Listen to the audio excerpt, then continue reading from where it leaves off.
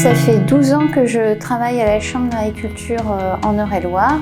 J'assure la coordination de l'expérimentation. En fait, donc, on choisit les thématiques qui seront testées dans les expérimentations et avec mes collègues, j'assure la mise en place opérationnelle de ces essais.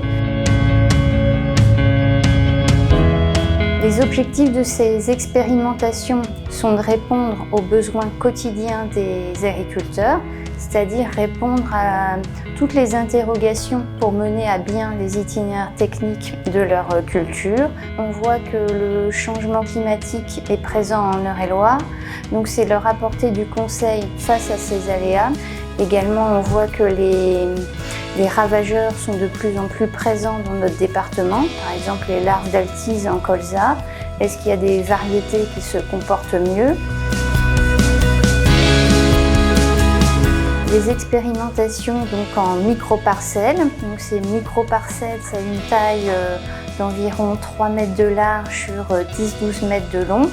Ce format est surtout adapté pour faire des évaluations, c'est-à-dire comparer des variétés, des techniques culturales, type des programmes fongicides, des programmes herbicides. Et également, la Chambre d'agriculture mène sur sa ferme expérimentale de Miremay des essais systèmes de culture, donc en taille grande parcelle agriculteur, où là, on peut tester par exemple des outils qui ne sont pas présents sur toutes les fermes d'Eure-et-Loir.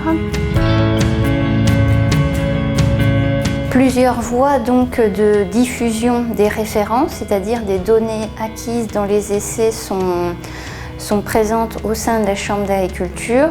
Tout d'abord via le volet conseil que donnent les conseillers auprès des agriculteurs. Ce conseil a différents formats, donc c'est du conseil oral lors de réunions techniques, lors de tours de plaine, également lors d'appels téléphoniques, lors des permanences téléphoniques.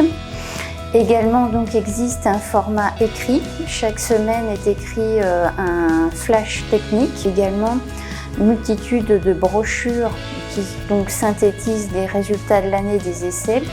Et également, donc, toutes ces références servent aux événements, on va dire, plus globaux, organisés par la Chambre d'agriculture, tels que par exemple les universités du soir, donc il y en a une à peu près par trimestre. Également lors d'événements type Culture & Co, le dernier qui a eu lieu à Miremay, des enseignements des essais sont présentés lors de ces événements.